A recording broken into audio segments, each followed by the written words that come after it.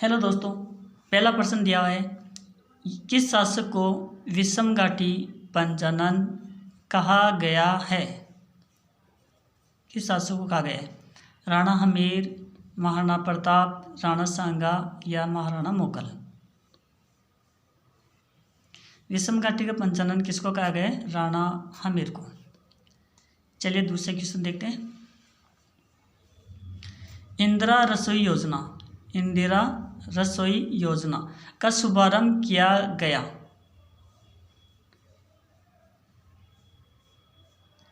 20 अगस्त 2020 को। Next question, people पन्ना कहाँ पहना जाता है? गले में, कानों में, नाक में, पैर में? कानों में। कानों का आभूषण है ये। नेक्स्ट क्वेश्चन है चौथा आपके सामने।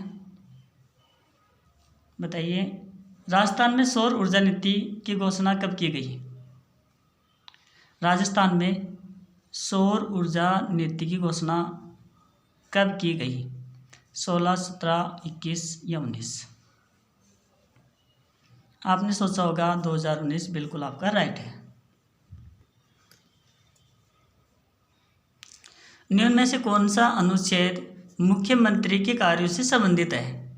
163, 164, 166 या 167? कौन सा अनुच्छेद मुख्यमंत्री के कार्यों से संबंधित है? यह ध्यान रखना है, मुख्यमंत्री के कार्यों से संबंधित होना चाहिए।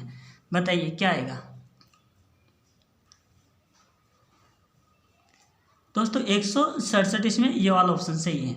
163 क्या है? ये राज्य में मंत्रिपरिषद के गठन से संबंधित है। राज्य में मंत्रिपरिषद का गठन, मंत्रिपरिषद का गठन 163 के अनुसार। और 164 में मुख्यमंत्री की नियुक्ति से संबंधित प्रावधान है। मुख्यमंत्री की नियुक्ति, मुख्यमंत्री की नियुक्ति से संबंधित प्रावधान 164 में। और 166 यहाँ पर राज्यपाल जो भी राज्यपालिका की जो कार्यपालिका है, जो भी कार्य करेगी राज्यपाल के नाम से कार्य करेगी। राज्य कार्यपालिका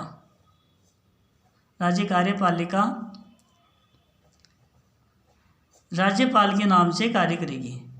राज्यपाल के नाम से कार्य करेगी, यानी जो भी कार्य करेगी वो राज्यपाल के नाम से करेगी। ठीक है, तो ये अनुच्छेद 166 ये प्रावधान देता है। फिर आ गया 167। ये 167 है ना, ये क्या है? मुख्यमंत्री के कार्यों से संबंधित है। मुख्यमंत्री अपने जो कार्य है वो करता है, उसका प्रावधान है 167 में। अब देखिए और थोड़ा सा देखते हैं। अनुच्छेद 156 ये राज्यपाल की पदावधि से, राज्यपाल कितने से कब तक अपने पद पे कार्य करेगा उसका वर्णन 156 में है। और 154 ये अनुच्छेद क्या है? राज्यपाल के राज्य का जो राज्यपाल होता है उसका कार्यपालिका की जो शक्ति मिली है राज्यपाल को, उससे संबंधित प्रावधान 154 में है। 153 अनुच्छेद 153 ये किससे संबंधित है? ये राज्यपाल के पद का वर्णन करती है। राज्यपाल की क्या योग्यता होनी चाहिए, कितने साल शासन करना चाहिए, उसकी प्रक्रिया क्या है, वो सारा का सारा वर्णन 153 के अनुसार होता है। चलो आगे बढ़ते हैं। आधुनिक राजस्थान का निर्माता किससे माना जाता है? यह है प्रश्न। आधुनिक राजस्थान का निर्माता किससे माना जाता है? टीकाराम पालीवाल को, मोहनलाल सुखाड़िया को, जयनारायण व्यास को या हीरालाल शास्त्री को?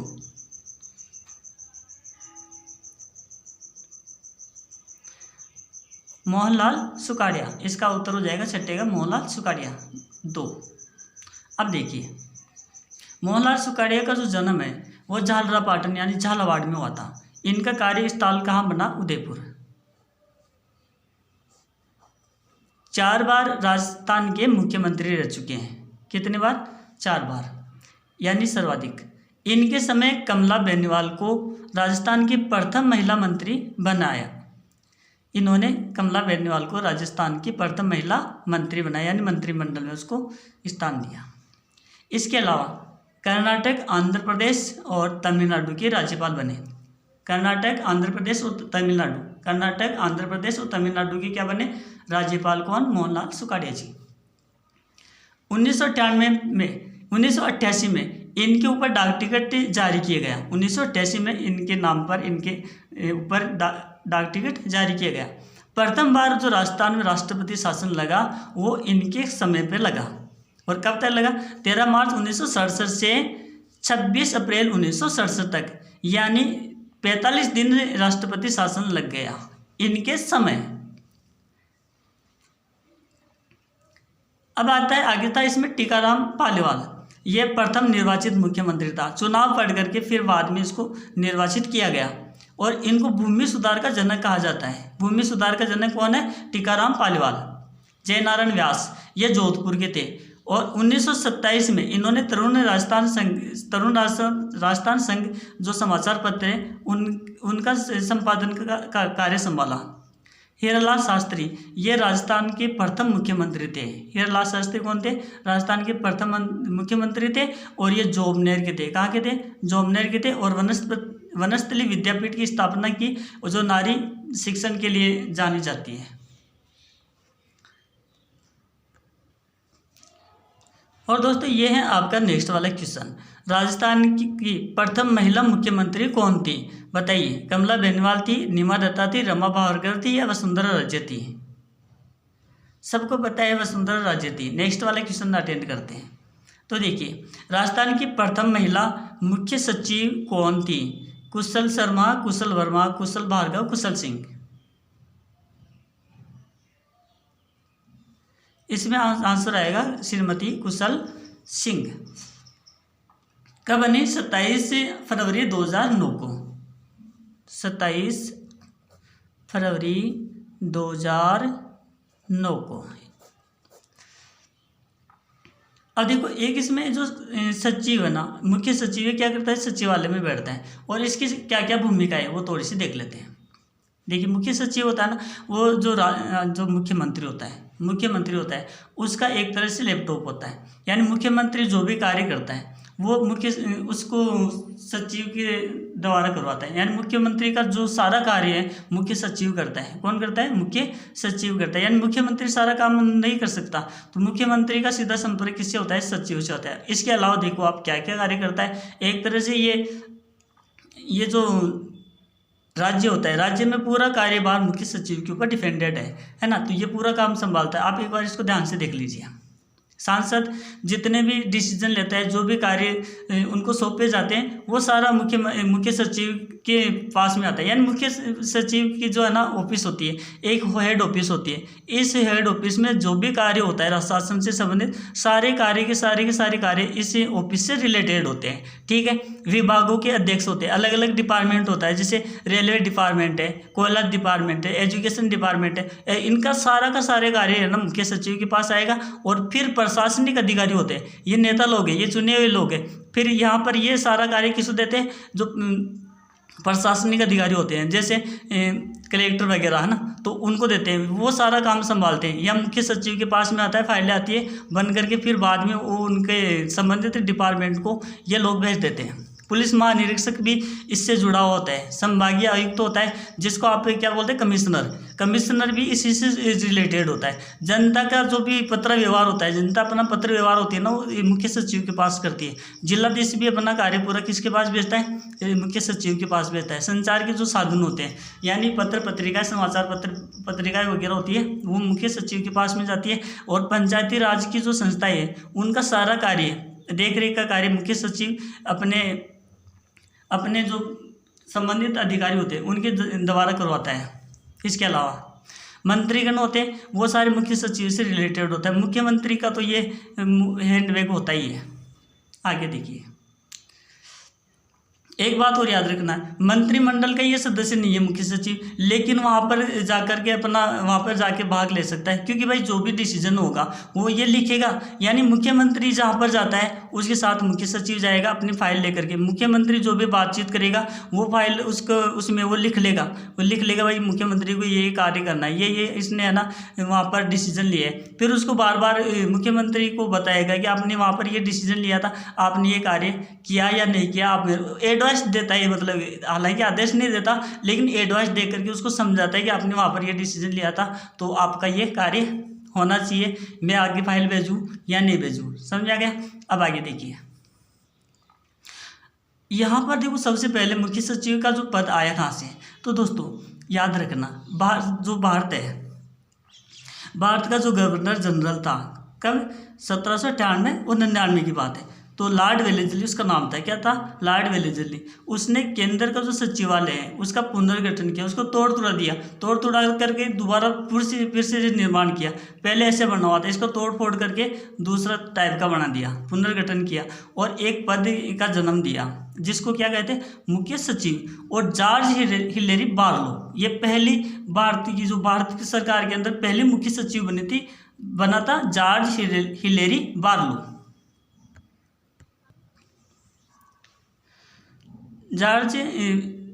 लॉर्ड वेलेस्ली ने जॉर्ज हिलेरी बार्लो को प्रथम सचिव बनाया। और राजस्थान सरकार में आ जाइए। अब राजस्थान सरकार का जो पहला मुख्य सचिव था कौन था? श्री के राधाकृष्णन। इसको ये राजस्थान का पहला मुख्य सचिव बनाया गया। और कब बनाया? यहाँ पर है ना, ये केंद्र सरकार के द्वारा बनाया गया था। 13 अप्रैल 1949 को बनाया था। 13 अप्रैल 1949 को श्री के राधाकृष्णन को भारत का मुख्य सचिव राजस्थान का मुख्य सचिव बनाया, श्री के राधाकृष्णन को। चलिए अब अगला क्वेश्चन है, राजस्थान कृषि अनुसंधान केंद्र की स्थापना किस वर्ष की गई? 42, 48 या 67 या 75? बताइए क्या आएगा इसका आंसर। भारतीय राजस्थान कृषि अनुसंधान केंद्र की स्थापना कौन से वर्ष में की गई थी? दोस्तों बिल्कुल सही सोचा आपने, दूसरा 1948 को। नहीं सोचा तो सोच लेना। प्रत्येक जीवन शास्त्र नामक पुस्तक की रचना किसने की? बताइए। हीरालाल शास्त्री ने। नेक्स्ट क्वेश्चन ये रहा अपना, कालीबंगा सभ्यता के लोगों की लिपि थी, यानी जो कालीबंगा की सभ्यता के जो लोग थे वो किस लिपि से लिखते थे? प्राकृत, संस्कृत, खरोष्टी, सैंधव। दोस्तों सैंधव लिपि में लिखते थे। साहिबा का युद्ध कब हुआ था? 39, 1541, 1644 और 1308 में। बताइए। 1541 में। ये राव मालदेव और जय सिंह, बीकानेर का जो जय सिंह था उनके बीच में हुआ था। राव मालदेव साहिब ना, और इधर बीकानेर से कौन था? जय सिंह।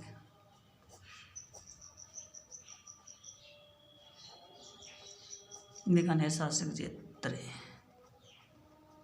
सिंह, इनके बीच में हुआ था। समझ आ गया। 1541 में हुआ था राव मालदेव और बीकानेर के शासक जय सिंह के बीच में। नेक्स्ट, भारत की प्रथम कृषि आधारित कुसुम सौर ऊर्जा संयंत्र परियोजना राजस्थान के किस गांव से प्रारंभ की गई थी? मानगढ़, भानोजी, रानेरी। ऑप्शन 2। अगला प्रश्न देखिए,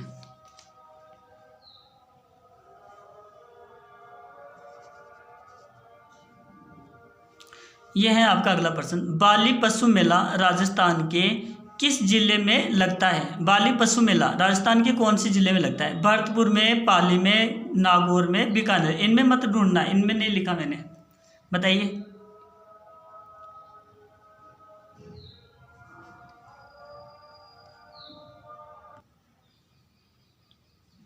बाली पशु मेला राजस्थान के किस जिले में लगता है? दोस्तों इसका आंसर आप मेरे को कमेंट बॉक्स में दोगे, ठीक है। बाकी के मेले में आपको बताता हूँ। मल्लीनाथ पशु मेला ये तिलवाड़ा बाड़मेर में लगता है। चैत्र कृष्णा 11 से और शुक्ल पक्ष की 11 तक अप्रैल महीने में आता है ये। बलदेव पशु मेला ये मेड़ता नागौर में लगता है और चैत्र शुक्ला एकम से पूर्णिमा तक लगता है। श्री तेजाजी का पशु मेला ये परबत्सर नागौर में लगता है श्रावण मास की पूर्णिमा को, ठीक है, से भाद्रपद पूर्णिमा तक लगता है, 1 महीना। और श्री रामदेव पशु मेला ये मानसर नागौर में लगता है। शिवरात्रि पशु मेला ये करौली में लगता है। श्री गोमती सागर पशु मेला ये झालरापाटन में लगता है। कार्तिक पशु मेला ये पुष्कर अलवर अजमेर में लगता है। चंद्रभागा पशु मेला ये झालरापाटन यहाँ पर कहाँ पे झालावाड़ में यहाँ लगता है। और इसके अलावा नेक्स्ट वाला जो क्वेश्चन है वो है आपके सामने, एक क्वेश्चन मैंने आपको दिया है, बाली पशु मेला राजस्थान के किस जिले में लगता है। ये क्वेश्चन आपका, इसका आंसर तो मुझे भी नहीं आता। ZBNF zero balance natural farming की शुरुआत राजस्थान सरकार द्वारा कौन से बजट भाषण से की गई।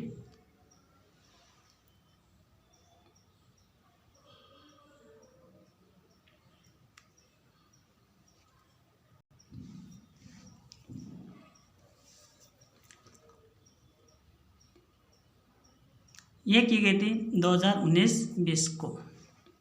नेक्स्ट क्वेश्चन,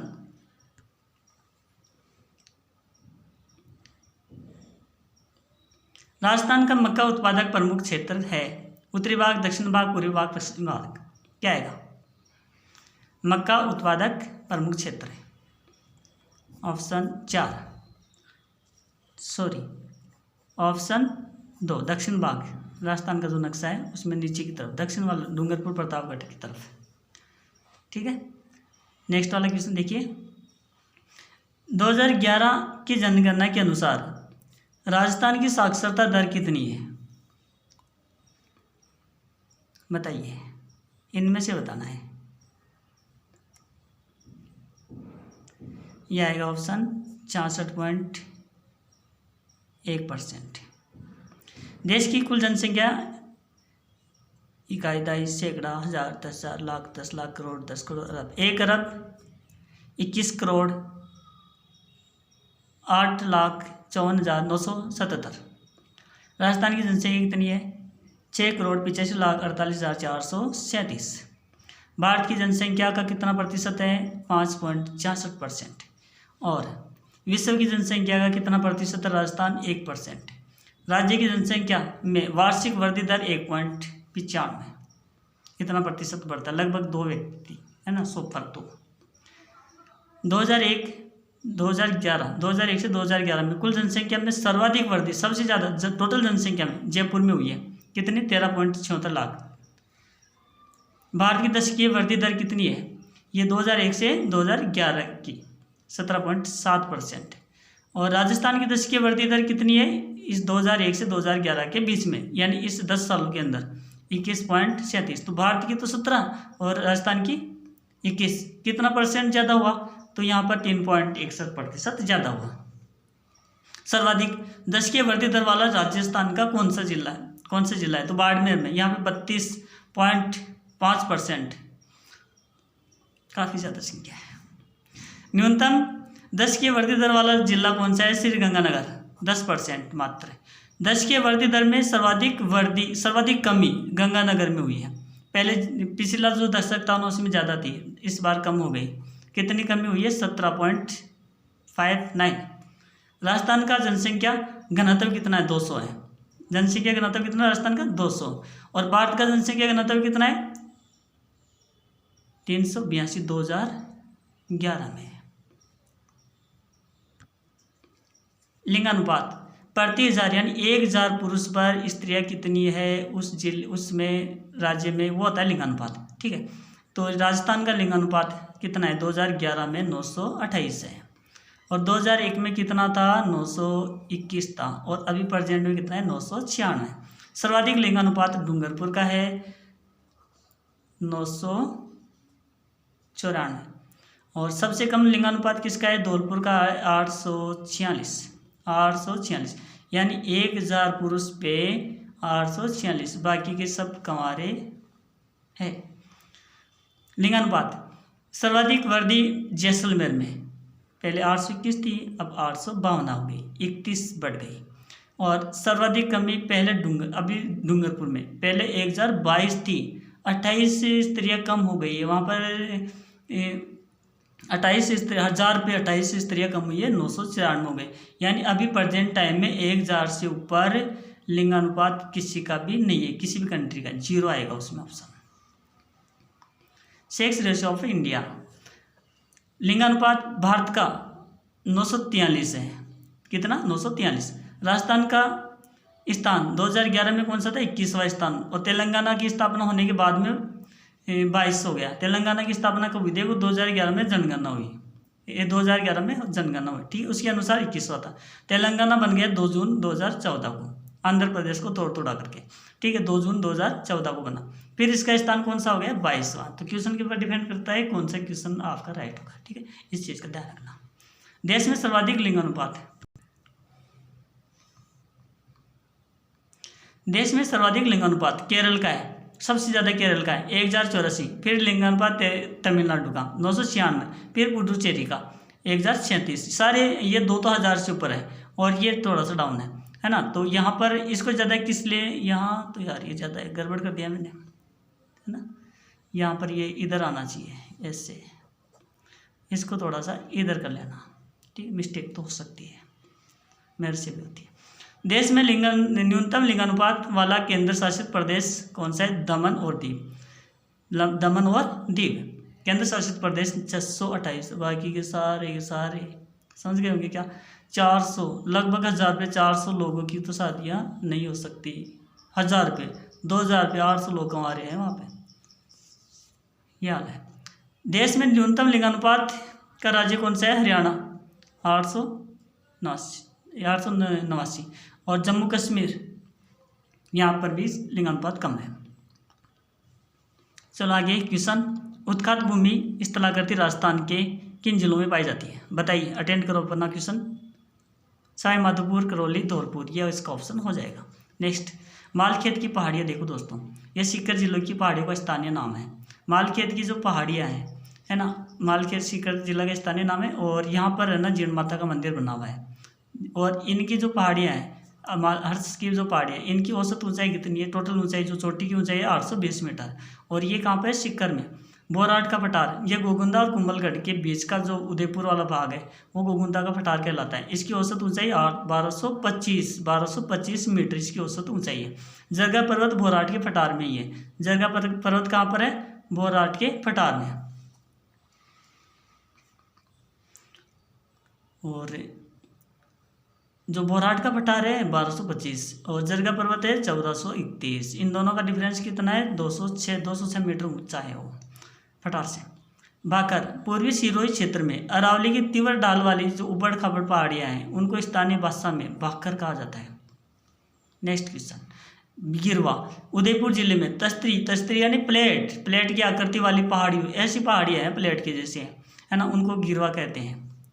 लासड़िया का पठार, उदयपुर में स्थित पठार है, उदयपुर का पठार है लासड़िया का पठार। ऊपर माल का पठार, ये चित्तौड़गढ़ के भैंसरोडगढ़ और भीलवाड़ा का बिजोलिया, चित्तौड़गढ़ का भैंसरोडगढ़ और भीलवाड़ा का बिजोलिया, इन दोनों के बीच का जो स्थान है ना, जो जगह पड़ी है पठार है ना, उसको क्या कहते हैं, ऊपर माल। क्या कहते हैं, ऊपर माल। यह है आपका अगला क्वेश्चन, निम्न में से कौन सा युग्म सही सुमिलित नहीं है। अलवर में रूपारेल साबी, उदयपुर में बनास बेड़च और करौली में गंभीरी जगर, डूंगरपुर में बाणगंगा मोरेल, बताइए।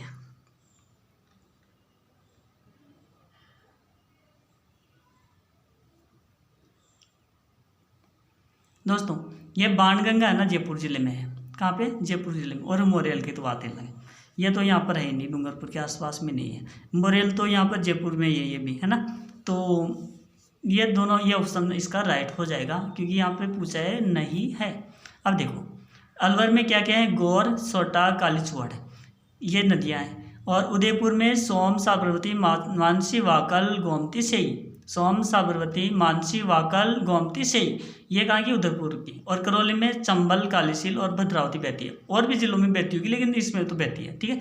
डूंगरपुर में माही, सोम, वेत्रक, जाखम और मोरे न, ये न शब्द है यहाँ देखो, मोरे न आ रहा है, न से नल वाला न आ रहा है, मोरे नहीं है। और ये मोरेल तो जयपुर की है, ये तो जयपुर से है, ठीक है। और ये जो न है ना मोरेन वाली, ये डूंगरपुर में है। कहाँ पे, डूंगरपुर में मोरे न। और ये ल तो जयपुर और ये न वाली डूंगरपुर में। थोड़ा सा नाम में मिस्टेक थे, मिस्टेक क्या, नाम अलग अलग है। रूपारेल, देखो रूपारेल नदी है ना अलवर के थानागाजी की पहाड़ियों से निकलती है। और साबी ये जयपुर की शाहपुरा की पहाड़ियों से निकलती है। जोधपुर सभ्यता इसी के ऊपर स्थित है और इसकी सहायक नदी है सोता नाला। बनास, ये बनास नदी राजसमंद में कुंभलगढ़ के निकट खमनोर की पहाड़ियाँ कुंभलगढ़ के निकट खमनोर की पहाड़ी वहीं से निकलती है और राजस्थान में बहने वाली सबसे बड़ी नदी है और 512 किलोमीटर है और बरसात के ऊपर डिपेंडेंट है, तो पूर्णतः बरसाती है। इसकी सहायक नदियाँ दाईं ओर से मिलने वाली बेडस और मैनाल है। बेडस और मैनाल ये दाएं तरफ से मिलती है, दाएं हाथ की तरफ से। उदयपुर के गोगंदा, ये जो बेडस नदी है ना, उदयपुर के गोगुंदा की पहाड़ से निकलती है। बेडस उदयपुर के गोगुंदा की पहाड़ियों से निकलती है। मैनाल ये बूंदी की के ऊपर माल है, वहीं से निकलती है, ठीक है। और बिगोद के अंदर भीलवाड़ा में जाएगी और वहीं पर त्रिवेणी संगम बनाएगी। भीलवाड़ा में बिगोद नाम का स्थान है, वहाँ पर जाकर के त्रिवेणी संगम बनाती है। बनास, बेडस और मैनाल ये तीनों नदियाँ मिलकर के एक संगम बना लेती है ऐसे, ठीक है। तो इसको त्रिवेणी संगम बोलते हैं। अब देखिए आगे, इसकी जो बाएं तरफ वाली खूब सारी नदियाँ हैं, किसकी? बनास की। डाई, डेल, मासी, कोठारी, खारी, सोहदरा, मोरेल और कालीसिल ये सारी की सारी बाएं तरफ से मिलती है। डाई नदी कहाँ से? अजमेर के नसीराबाद अरावली की पहाड़ियों से निकलती है। डील नदी ये टोंक और की बावली गांव है, टोंक जिले के अंदर बावली गांव, नाराज मत हो जाना, ठीक है, कोई इस जिले से संबंधित हो तो। बावली गांव है, वहीं से डील नदी निकलती है। मासी ये किशनगढ़ अजमेर की सिलोरा की जो पहाड़ियाँ हैं वहीं से निकलती है। कोठारी दिवेर है, वहाँ से निकलती है जो राजसमंद में है। ये दिवेर तहसील है ना, तो वहाँ पर एक होरेरा नाम का गांव है, उस गांव की पहाड़ियों से निकलती है। और खारी नदी ये राजसमंद के देवगढ़ तहसील है, राजसमंद की देवगढ़ तहसील, वहाँ की बिजराल की पहाड़ियों से खारी नदी निकलती है। आगे समझे?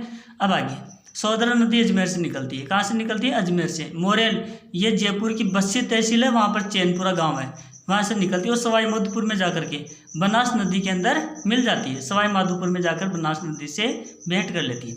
नेक्स्ट है कालीसिल। ये कालीसिल करौली की सपोटरा तहसील की पहाड़ियों से निकलती है। करौली की सपोटरा तहसील है, वहीं की पहाड़ियों से निकलती है और हाड़ौती में मोरेल के साथ मिल करके बनास से नदी में मिलती है। और करौली का जो मंदिर है, केला देवी का मंदिर है, वहाँ पर उसके किनारे पर ये कालीसिल नदी के किनारे पर करौली का मंदिर स्थिर है, ठीक। करौली का जो मंदिर केला देवी करौली में, वहीं पर इसकी पहाड़ी पर ये इसकी किनारे पर स्थित है, ठीक है। अब आगे गंभीरी ये करौली की नादौती तहसील से निकलती है। गंभीरी नदी कहाँ से निकलती है? करौली जिले से में की जो नादौती तहसील वहाँ से निकलती है। बाणगंगा ये जयपुर की जो बैराट और अरुणाचल की पहाड़ियाँ हैं वहीं से निकलती है। मोरेल पहले आ चुका है। तो दोस्तों उम्मीद करता हूँ मैं आज के लिए इतना ही खूब है, और नेक्स्ट वीडियो के लिए तैयार रहना। और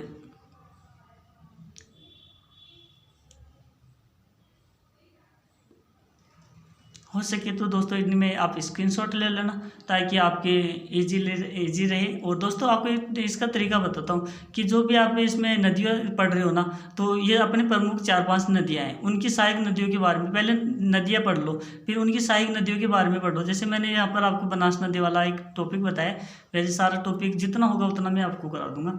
पर बाकी आपका तरीका, बेस्ट तरीका ये रहेगा दोस्तों, इनकी सहायक नदियों के बारे में पढ़ लो, सारी नदियाँ आ जाएगी, क्योंकि ये प्रभाव एक तंत्र बनाती है। सारी नदियाँ क्या बनाती है? एक तंत्र बनाती है। तो आप एक नदी को लेकर भी उसकी सहायक नदियों को पढ़ोगे ना, तो सारी की सारी नदियाँ आपको याद हो जाएगी। एग्जाम में इनसे रिलेटेड क्वेश्चन जरूर पूछा जाता है। थैंक यू दोस्तों, नेक्स्ट वीडियो के साथ फिर मैं आऊँगा।